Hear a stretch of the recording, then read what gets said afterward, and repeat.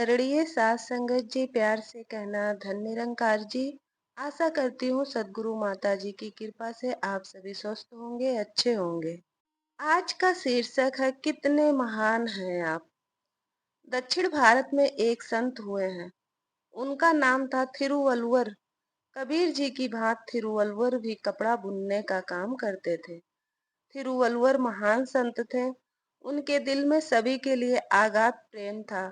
वे सबसे प्यार करते थे। पूरे नगर में उनका नम्र स्वभाव प्रख्यात था। लोग उनके दर्शन करके स्वयं को धन्य माना करते थे। लोग कहते थे कि सूरज भले ही पूरब की बजाय पश्चिम से निकलना शुरू हो जाए, परंतु थिरुवल्लुवर को कभी क्रोध नहीं आ सकता। उसी शहर में एक बहुत धनी आदमी रहता था। उसका एक पुत्र था जो कि बहुत दुष्ट स्वभाव का था। लोगों को सताना उसका स्वभाव था। वह अपने धन के अहंकार वश किसी को कुछ ना समझता। हर किसी से उलझने में उसे आनंद आता था।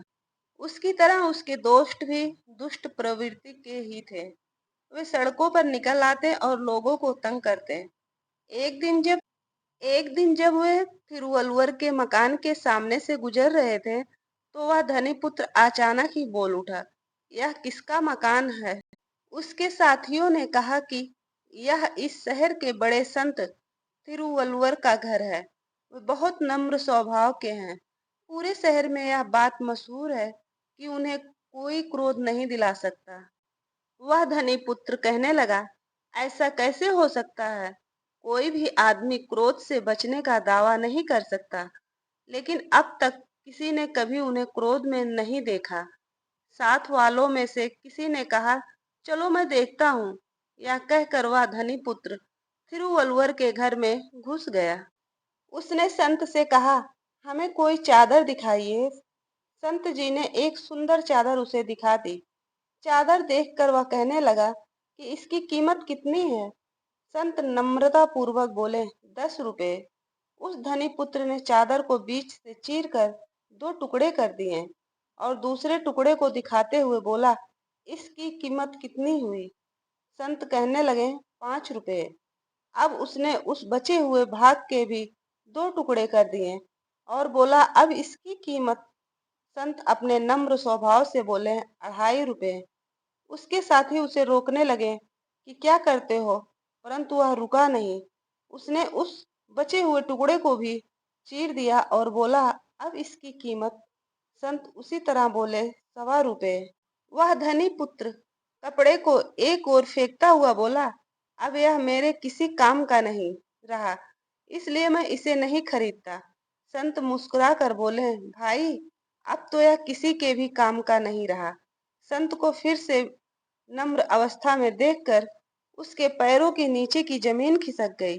वह गुस्से से बोला, आप इस पूरी चादर की कीमत मुझसे ले लीजिए, या लीजिए 10 रुपए। संत उसी तरह बोले, हमारा माल तो बिका नहीं, फिर कीमत कैसी? वह युवक जैसे आसमान से गिरा हो। वह फूट फूट कर रोने लगा और संत जी के चरणों में गिर गया। उसके सभी साथी हैरान थे। उनकी आंखों के सामने से जैसे पर्दा हट गया था। अभी तक सबको उसने अपने धन से खरीद लिया था। यहाँ भी उसे आशा थी कि 10 रुपए देकर वह विजयी भाव से चला जाएगा, परंतु यहाँ सामने वाले में लालच लेस मात्र भी नहीं था। उनके लिए तो धन और मिट्टी में कोई फर्क ना था। इसलिए धनी पुत्र चोट खाकर लौट गया। वह धनी पुत्र आत्मविभोर होकर बोला, कितना अंतर है आप में और मुझ में। आप कितने महान हैं, मैं कितना नीच। संत ने उसे चरणों से उठाकर गले से लगा लिया और बोले, लेकिन अब अंतर कहाँ रहा? उन लोगों ने आज एक नया पाठ सीख लिया था। साथ संगत जी, प्यार से कहना धन निरंकार जी।